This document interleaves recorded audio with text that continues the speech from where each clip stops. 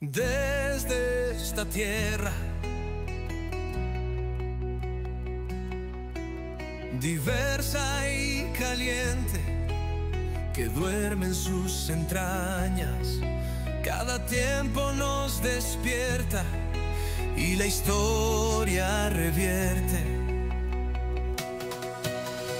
Desde esta tierra de perpetuos cielos y terrazas que acarician las nubes y los cielos, desde esta tierra dura y suavizada por vertientes, cuando el hombre no entorpece, todo madura, todo florece. Desde esta tierra sencilla, austera y bella, de sabios originales y valientes libertadores, desde nosotros con nuestra siesta, nuestros destinos, donde la vida se mezcla.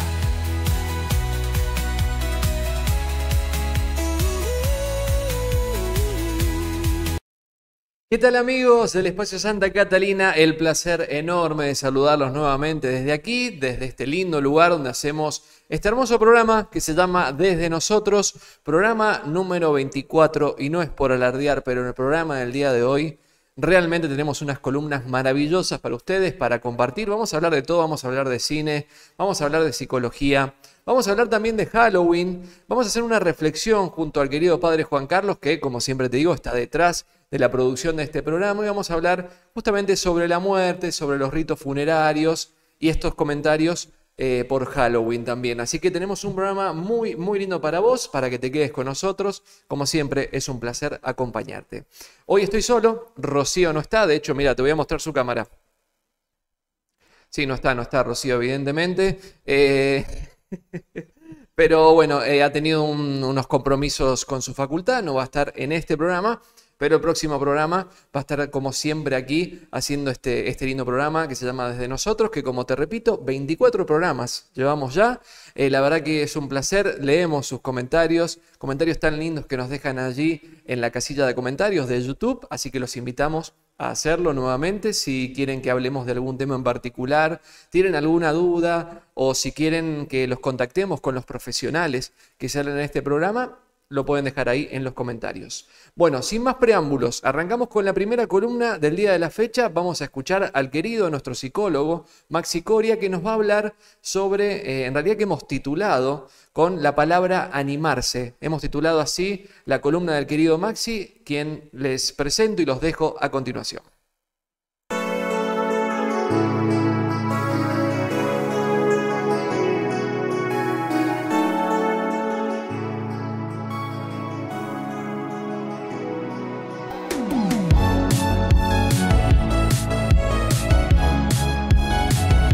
Hace unas semanas una persona me decía que quería iniciar un proyecto nuevo en su vida y que quería hacerlo porque no quería hacia el final arrepentirse dentro de algunos años de no haber podido concretar ese proyecto personal.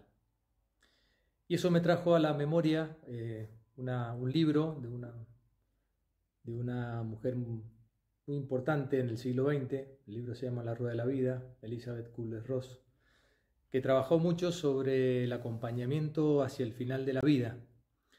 Fue la pionera madre en esa línea de acompañamiento.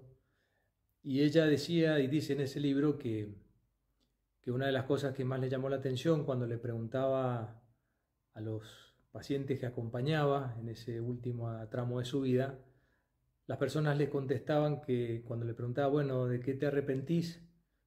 ¿Te arrepentís de algo? Sí, de lo que no hice.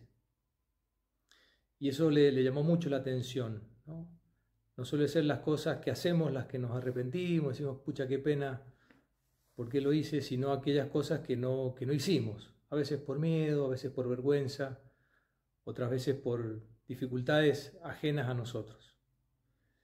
Por eso quería alentarte en esta semana. Vamos iniciando ya prácticamente los 2 últimos meses del año y quería preguntarte, ¿no? ¿De qué cosas no quisieras arrepentirte, ¿no? Y seguramente aparecerá esto de lo que no hice. Sería bueno que en estos días y en estos meses que van quedando del año pudiéramos repasar aquellos proyectos que pueden ser muy sencillos, ¿no? Como empezar un deporte, como realizar alguna actividad que nos haga bien, sea personal, sea solidaria, sea fraterna, hacer algún llamado, visitar a algún amigo, recorrer algún lugar que nos dé la posibilidad de hacerlo, pero no dejemos de hacer eso que queda como pendiente para que cuando llegue la tarde de nuestra vida no nos tengamos que arrepentir de eso. Animarnos a realizar aquellas cosas que, insisto, pueden ser pequeñas, no son grandilocuentes, las que nos hacen sentir bien, a veces el encuentro con un amigo, un momento de silencio, cualquier cosa que quede ahí en el pendiente y que uno quisiera como que no pase no solo el año, sino que no pase la vida sin que lo podamos cumplir. Esta semana entonces te animes a realizar aquellas pequeñas acciones que quedan en el tintero y que necesitan de nuestra acción para poder llevarlas a cabo. Buena semana.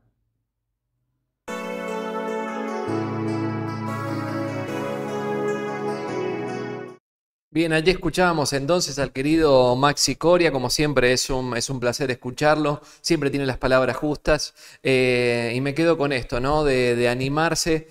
Una de las frases que más me gustan a mí o los pensamientos que más me gustan a mí es esto de que lo que nos gusta o lo que nos hace felices está después del miedo, está al paso siguiente del miedo. Así que es normal a veces cuando vamos a encarar algo nuevo o nos vamos a animar a hacer algo, que esté esta cuota de temor, se mezcla con inseguridades, se mezcla con varias cosas, pero lo importante es animarse y aprender justamente. Así que bueno, la verdad que me parece que viene genial esta reflexión para la siguiente columna que vamos a escuchar ahora, que es del querido padre Juan Carlos.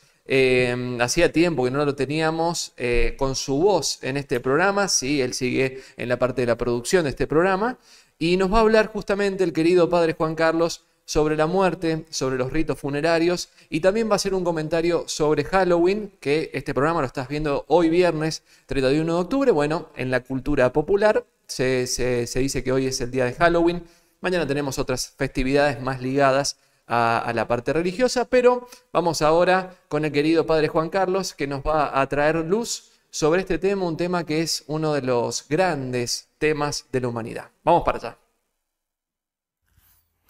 Las grandes incógnitas del ser humano, desde que tiene conciencia de sí y de los otros, es justamente estas preguntas: de dónde venimos, a dónde vamos, el sufrimiento, el dolor y especialmente la muerte. ¿Acaba todo allí? ¿Continúa un modo nuevo de vida? ¿Qué es la muerte? Nos acercamos a esta fiesta que por un lado está mediatizada a través de Halloween y todo el mundo de Hollywood que ha hecho de esta fiesta un negocio muy grande y al mismo tiempo ha generado mucho temor y de tradiciones poco claras con respecto al sentido más demoníaco, entre comillas, de esta fiesta, pero básicamente creo que es un buen negocio, que mucha gente sale beneficiada con la venta de caretas y todo ese todo ritual. Pero volvamos a la humanidad, la visión de la humanidad. El tema de los ritos funerarios y también la muerte y lo que significa el más allá es una visión universal.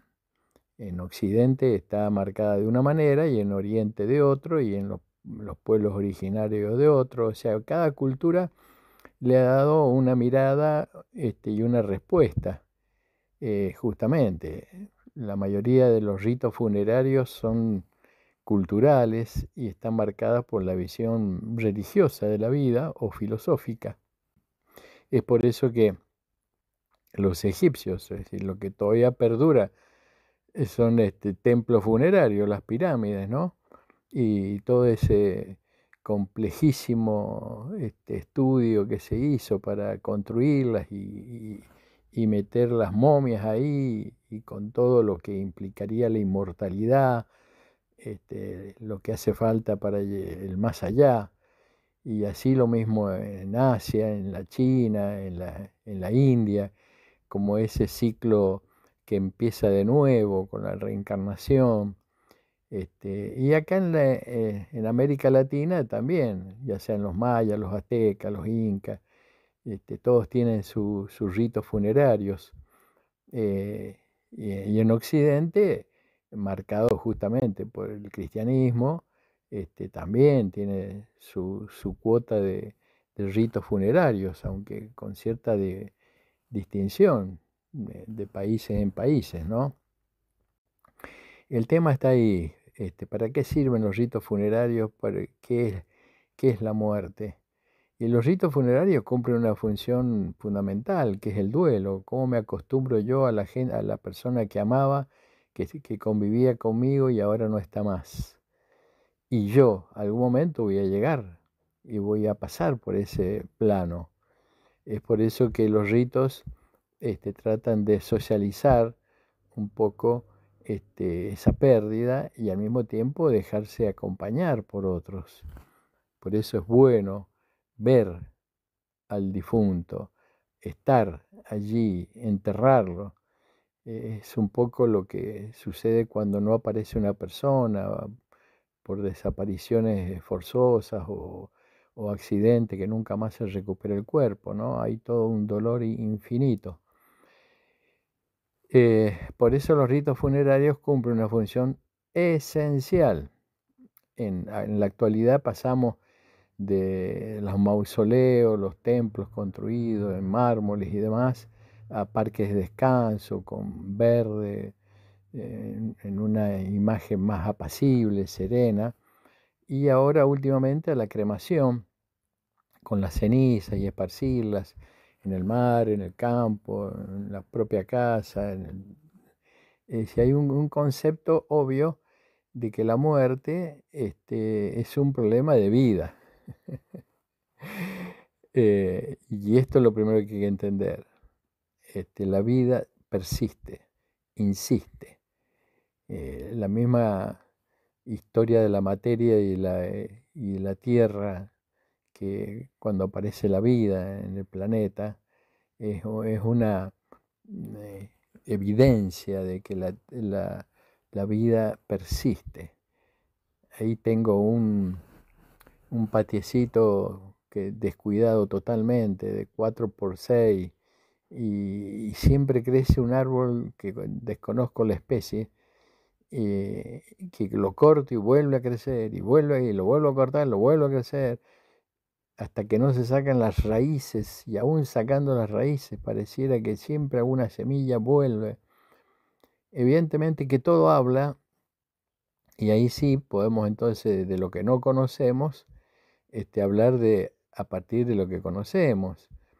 Hay como una especie de presentimiento de que no todo acaba con esta condición material, que la muerte es un proceso al cual biológicamente tenemos que pasar, pero que no necesariamente termina con todo eso que tenemos dentro y que parece inmaterial, que es lo espiritual, que es todo lo anímico. Si acaba todo esto, que mis luchas, mis sentimientos, mi amor, mis dolores, mi capacidad de sufrimiento, ¿qué pasa con todo eso? ¿Queda en la nada? ¿Vengo de la nada y voy a la nada? La tristeza que produce ese pensamiento hace también generar actitudes ambiguas, ¿no? Por un lado, vivir el presente a fondo, pedirle más a la vida, o al revés, es decir, perder las ganas de vivir. ¿Para qué? Si todo termina igual. Y al mismo tiempo, ¿qué sucede con todo lo que es justicia, lo que son valores, honestidad, esfuerzo, trabajo, amores, fidelidades, amistades? ¿Todo acaba con la muerte? Es realmente muy triste pensar esto. Y aquí aparece entonces en la historia de la humanidad alguien distinto, alguien que ha dicho algo distinto sobre la muerte, ¿no? El grano de trigo si no muere no da fruto, dice Jesús allá en Nazaret, hace más de 2000 años. Y él mismo dice, ¿no? El que cree en mí, aunque muera, vivirá. Y al mismo tiempo, el testimonio de los primeros amigos, después de que Jesús resucita, es un signo de que algo sucedió. Pero la resurrección no es una vuelta a la vida, es la conclusión inevitable de que cuando uno vive la vida desde el amor, desde toda la plenitud y con todo el dolor que implica, y la crueldad y la dureza, hay algo que resucita, y que resucita para siempre, pero que no es algo que un antes y un después, porque justamente festejamos la comunión de los santos. ¿Qué es lo que es? Y los difuntos gozan de buena salud si hemos elegido ese camino del amor, del compartir. No es que los que se van se despreocupan de nosotros, no es que nosotros no podemos tener una comunión con ellos. La oración, el recuerdo, el amor, tantas cosas que hacen que lo que yo tengo de ellos es lo que ellos me ofrecieron. Y al mismo tiempo lo que ellos tienen es lo que nosotros les ofrecimos. Es una visión de la muerte distinta. Pablo lo va a decir, ¿no? Un Pablo que sufrió de todo. Muerte, ¿dónde está tu aguijón? ¿Dónde está tu victoria? Si confías en mí y crees, aunque muera, vivirás. Qué hermosas palabras de Jesús. Bueno, muy bien, allí escuchábamos entonces al querido padre Juan Carlos, una columna, una reflexión muy, muy interesante, como siempre nos tiene acostumbrados. Hablaba justamente de esto, ¿no? Del significado de la muerte, de tratar de darle luz a esto, y me quedo mucho con esto de que nada de lo que nosotros hagamos queda en la nada, que me parece que eso es, por ahí, por lo menos yo lo veo personal, uno de los grandes temores por ahí es, no temores, sino de incógnita es, bueno, ¿qué pasa después? ¿Qué pasa con todo lo que viví? ¿Qué pasa con todo lo que amé? Con todo lo que implicó mi vida. ¿Qué pasa con todo eso? ¿A dónde va? ¿Dónde queda? Así que la verdad que ha sido una columna muy interesante que habla justamente sobre estos temas. Así que gracias, padre Juan Carlos. Como siempre, un placer enorme escucharte. La podés revivir entonces esta columna. Va a quedar acá guardada en el programa. Así que la podés revivir las veces que quieras. Que allí está la reflexión del padre Juan Carlos. Bien, ahora vamos a otro tema de la humanidad, esta vez un poquito más, por así decirlo, más cotidiano, aunque también lo que hablábamos recién forma parte de la vida, pero esta vez nos vamos a ir a otros grandes temas de la humanidad y vamos a recibir a nuestro profesor de historia, Juan Pablo Ramis, que nos va a hablar de la historia de la humanidad, pero enfocada o vista desde la democracia hasta la inteligencia artificial. Va a ser un abordaje integral de todo este periodo, por así decirlo. Así que los dejo entonces con el querido Juan Pablo Ramis, nuestro profesor de historia, que hace su regreso a este lindo programa que se llama Desde Nosotros. Vamos para allá. Hola amigos del Espacio Catalina, comparto con ustedes esta columna.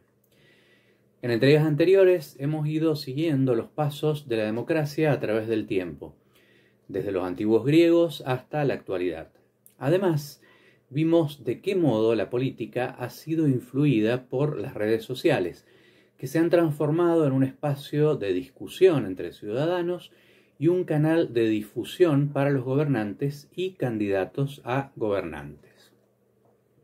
Hoy nos detendremos en las posibles transformaciones de la democracia a partir de la inteligencia artificial, fenómeno que ha irrumpido en la cultura contemporánea y está modificando distintos ámbitos de nuestras vidas: el laboral, el educativo, el científico y el artístico, entre otros. En este caso, veremos las posibles modificaciones que podría tener la política con la aparición de esta nueva tecnología. Lo haremos a través de dos libros recientes. Nexus, de Yuval Noah Harari, editado en 2024, y Una teoría crítica de la inteligencia artificial, escrito por Daniel Innerarity y publicado este año. Es necesario tener en cuenta que estamos frente a un tema presente que se proyecta al futuro y que, por lo tanto, estos autores deben asumir el desafío de pronosticar qué puede pasar. Estas predicciones las hacen a partir de presupuestos teóricos divergentes que los llevan a arribar a conclusiones opuestas. Ambas posiciones son sumamente interesantes e invitan a pensar sobre este tema. Para Harari, la inteligencia artificial es inteligente y creativa. Para afirmar esto, se basa en la capacidad de alcanzar objetivos y de componer música, poesía, imágenes artísticas, publicidades, etc. Por el contrario, Innerarity sostiene que la inteligencia artificial no es inteligente, ya que no posee capacidad de reflexión ni sentido común. Además, tampoco es creativa, sino que trabaja sobre la base de elaboraciones humanas precedentes, en tanto que la creatividad implica capacidad de innovación, es decir, ruptura de las reglas vigentes. Estas valoraciones discrepantes conducen a conclusiones contrapuestas sobre la potencial influencia de la inteligencia artificial en la práctica política. Para Harari, la IA puede escapar de nuestro control, esclavizarnos o incluso aniquilarnos. Asimismo, advierte que, por primera vez en la historia, la democracia tiene que interactuar con voces no humanas y, en este sentido, sostiene que deben prohibirse los bots que se hagan pasar por humanos. Por su parte, Innerarity piensa que la inteligencia artificial podrá reemplazarnos en muchos aspectos que progresivamente se irán automatizando, pero nunca en el terreno político, y específicamente en el sistema democrático. Niega la posibilidad de una democracia algorítmica que conozca nuestros deseos y tienda a satisfacerlos, porque considera que la democracia no es un sistema de satisfacción de necesidades, sino de reflexión colectiva sobre esas necesidades. Además, la política gestiona situaciones ambiguas que la inteligencia artificial no sabe resolver, ya que trabaja con una lógica basada en evidencias indiscutibles. ¿Qué piensan ustedes? ¿Es la inteligencia artificial inteligente? ¿Es creativa? ¿En qué aspectos puede reemplazarnos? ¿Terminará eligiendo por nosotros a nuestros gobernantes? Sin dudas, este es un tema fascinante que será clave en el futuro y por lo tanto vale la pena interiorizarnos en él. Hasta la próxima. Bueno, impecable como siempre, querido Juan Pablo Ramis, la verdad que es un gusto escucharlo. Nos trae estos temas tan interesantes de estos dos autores que ahí colocábamos entonces las imágenes, por si querés volver para atrás y los querés consultar, están disponibles para conocerlos. Ambos autores llegan a conclusiones distintas, pero me parece que las reglas del juego con la inteligencia artificial ya cambiaron y van cambiando constantemente y por lo tanto tenemos que adaptarnos a esos cambios. Hemos visto, bueno, yo por mi trabajo de periodista, hemos transitado un año electoral, ¿no es cierto? De hecho, el último domingo tuvimos elecciones legislativas aquí en Argentina, en Mendoza también, y justamente se utilizó mucho y se utiliza mucho la inteligencia artificial para los discursos políticos, y de hecho han aparecido videos hechos con inteligencia artificial de un supuesto político, digamos cualquiera sea, hablando sobre o enviando una información falsa, a modo de tratar de ensuciar al otro político. Y ese tipo de cosas han ido cambiando y se han visto en estas últimas elecciones, algo que no habíamos visto, por ejemplo, en las elecciones presidenciales de hace unos años atrás. Es decir que podemos ver un cambio de paradigma y por lo tanto tener mucho mayor cuidado, ¿no es cierto?, de qué es lo que consumimos. Hoy en día la inteligencia artificial, cualquier video de inteligencia artificial, si no prestás atención en algunos detalles en concreto, podés creer que son verdaderos. Así que hay que tener mucho cuidado y por supuesto llamarnos a la reflexión sobre qué va a pasar en el futuro con respecto a las nuevas tecnologías. Así que, como siempre, un placer realmente recibirlo al querido Juan Pablo Ramis, que lo esperamos en próximas entregas también. Bueno, cambiamos de tema, cambiamos completamente de tema, nos vamos al cine ahora, vamos con la última columna del día de la fecha, vamos a escuchar y ver al querido Matías Rojo que nos va a hablar sobre cine cordobés. Allá vamos.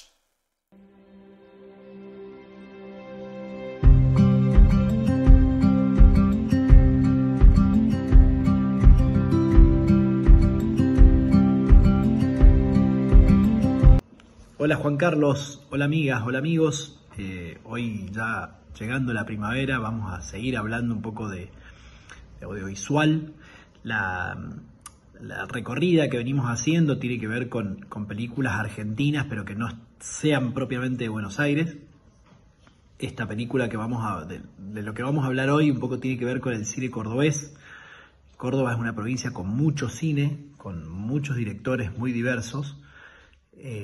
Hubo una película que fue muy interesante que se llama De Caravana, que es una película que está ambientada ahí en el universo de las bailes de la Mona Jiménez y que fue una película muy exitosa en términos de público, en términos de recorrido y que marcó un camino, un inicio de un camino. La otra película se llama El invierno de los raros, que fueron películas que dieron puntapié a lo que se llamó el nuevo cine cordobés, ¿no? Digamos, por decirlo en sus propios términos, y que hoy encontramos en esa recorrida una diversidad de películas, una diversidad de directores y de directoras que es muy interesante y que conjugan tres cosas que a mí me parecen muy llamativas, que son películas filmadas en Córdoba, muchos estudiaron en Córdoba o que tuvieron como su recorrido por las universidades de Córdoba. Digamos que los espacios educativos son muy importantes a la hora del surgimiento de la producción, ¿no? Y han tenido mucho recorrido o en festivales o en diferentes espacios de exhibición, pero que esencialmente tienen muy buena recepción de público, como si fuera consumo interno en la propia Córdoba, ¿no? Y con recorridos dentro de Córdoba y con un circuito de exhibición interesante por dentro de la provincia, lo cual es muy llamativo y muy interesante porque eso es lo que lo sostiene y lo retroalimenta, ¿no? Entonces, la producción de Córdoba, vamos a tomar como referencia una serie que es muy interesante, que se llama La chica que limpia. Es una serie que es como un thriller, ¿no? Es una chica que está ahí atravesando unas situaciones muy difíciles a nivel personal, con una hija y en una situación medio casual le piden que limpie un asesinato, ¿no? Entonces, a partir de ese hecho delictivo, ella arma una suerte de hobby o de tarea, un trabajo de lujo, que es el de ser como el limpiador, ¿no? Digamos, ser la chica que limpia los crímenes. La serie es netamente cordobesa. La serie se generó a partir de equipos de producción cordobeses, y lo interesante es que esa serie 100% cordobesa tiene una protagonista que no es cordobesa, que es Antonella Costa. Se transformó en un éxito descomunal, no solo cuando la exhibieron, que tuvo un éxito bastante interesante, sino que después ha sido adaptada, reescrita, redirigida y a partir de esa idea original en múltiples situaciones, al punto de que hay en la televisión norteamericana de aire una versión de esa serie que se llama La chica que limpia, creo, The Cleaning Lady, y que está basada a partir de la compra de derechos, ¿no?, en esta serie cordobesa. La serie original es muy interesante de ver porque tiene como esos condimentos del género, de las series de género, de las series policiales, que en general son las que consumimos en plataformas, pero a su vez atravesada por una identidad y un modo de producción muy cordobés, muy de provincia, muy concreto, muy reconocible para nosotros. Entonces, la serie para ver esta semana es de Córdoba, está disponible en Cinear, esperemos que siga Cinear para poder seguir haciendo estas charlitas. Y la serie se llama La chica que limpia.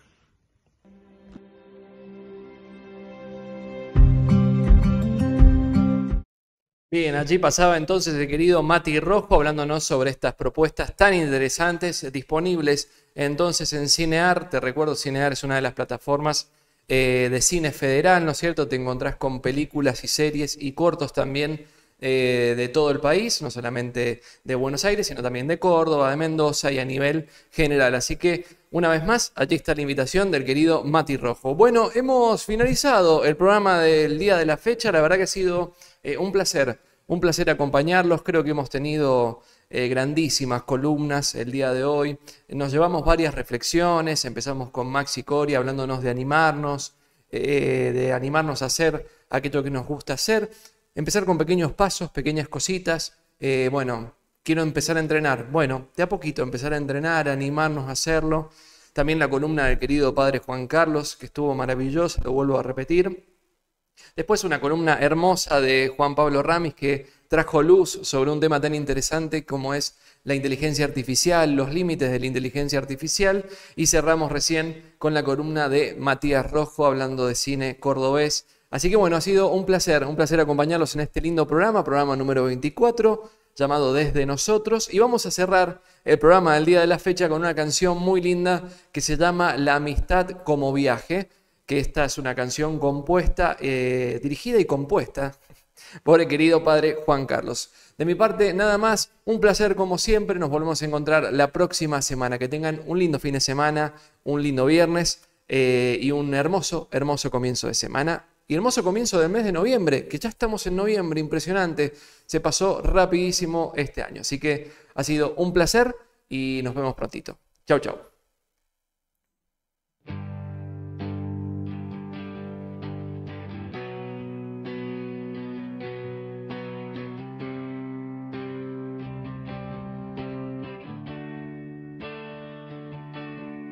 En el viaje de la vida siempre tuve compañía, con los amigos caminé y sentí menos fatiga.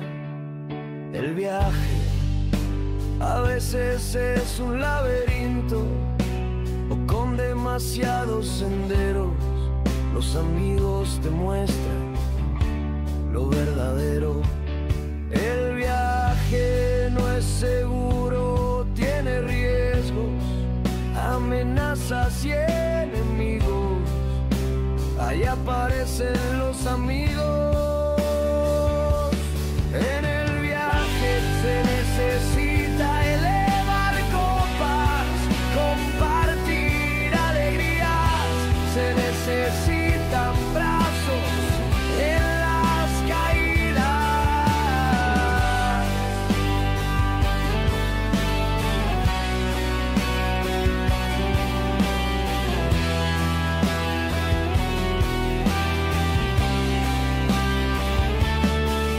Cuando la enfermedad aparece, cuando la muerte se lleva al amigo que no lo merece, es cuando la mirada se eleva. En el viaje vemos el paisaje que se nos muestra. No se ve el otro lado que también está y lo desconocemos. Como el lado oscuro de la luna está siempre pero no lo vemos. Como el sol de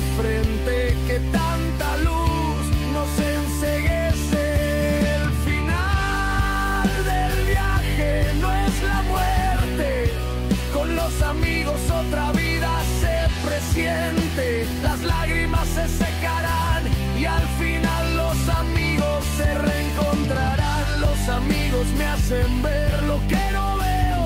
Ya lo dijo hace tiempo el amigo divino. El amor más grande es dar la vida por los amigos. La vida es un viaje que en la última estación cambia de tren, que no se mide con reloj